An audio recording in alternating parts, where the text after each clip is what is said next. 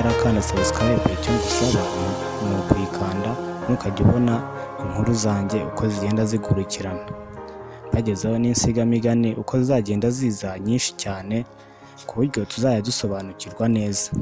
Kuri uyu munsi nabazaniye insigamigani yitwa Umwami ntiyica hica rubanda. Uyu mugani nyarwanda bawuca iyo babonye umuntu ahanwe n'ubutegetsi biturutse kuri bagenzi be bamushinja ibinyoma.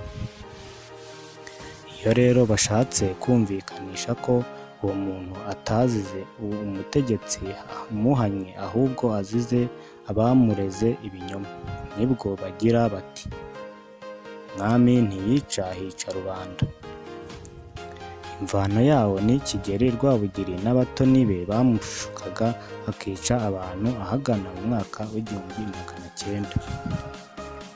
Kigeli Rwabugili yabaye umwami udasanzwe w'u Rwanda ku bijyanye no kumva amabwire y'abamuregera, bituma ingoma ye imenyekana nk'iyamennye amaraso menshi y'abanyarwanda muri bene ubwo buryo. Amateka avuga ko abatoni ba Rwabugili bakundaga kumuregera bamutegaga yasinze, maze ibyo bamubwiye byose akabyemera, abantu bagatangwa bakicwa.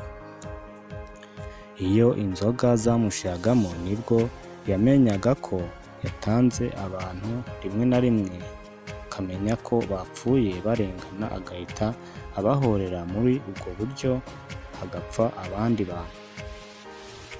Abatoni be bamuregeraga cyane akica abantu harimo Nyirimigabo ya Marara waje kugwa ku rugamba i Bunyabungo, Mugugu, Bashumbusho, Nzigiye ya Rwishyura na Rukangirishyamba rwa Kanyamahugu. Nanone ariko ni mu mibereho ya Rwabugili ngo yakundaga abana cyane.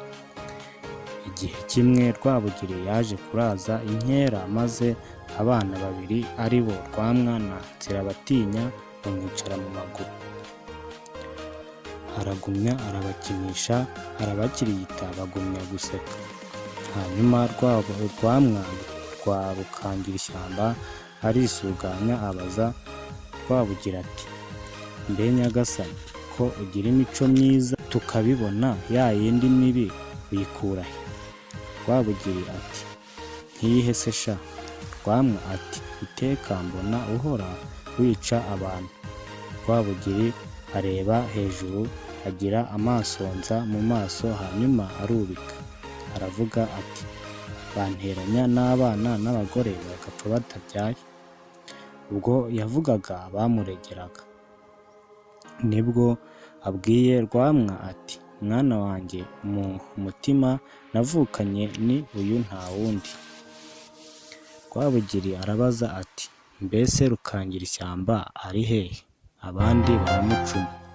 Amaze kugera hanze bati ntawe uhari. Ubwo Rwabugili yashakaga gutanga Rukangirishyamba kuko yakundaga kumuregera kenshi. Abandi bati wa mwana ararikoze. Rwabugili arongera ati dore umutima ni uyu wo gukunda abantu, naho mwana wanjye uwundi uterwa n'ibi bigabo byose bikuze biteraniye aha. Ubwo yavugaga abatware be.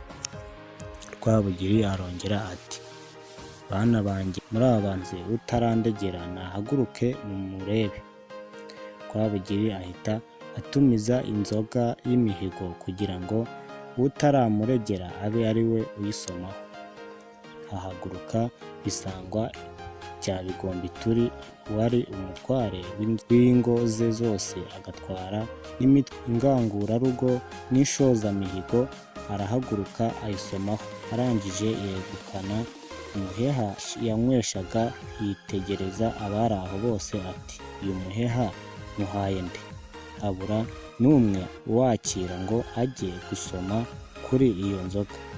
Bisangwa abonye habuze undi nkawe abwira Rwabugili ati aho nabereye nta muntu nigeze nkuregera, icyo nkora ni ukurengera abantu baregewe ubusa.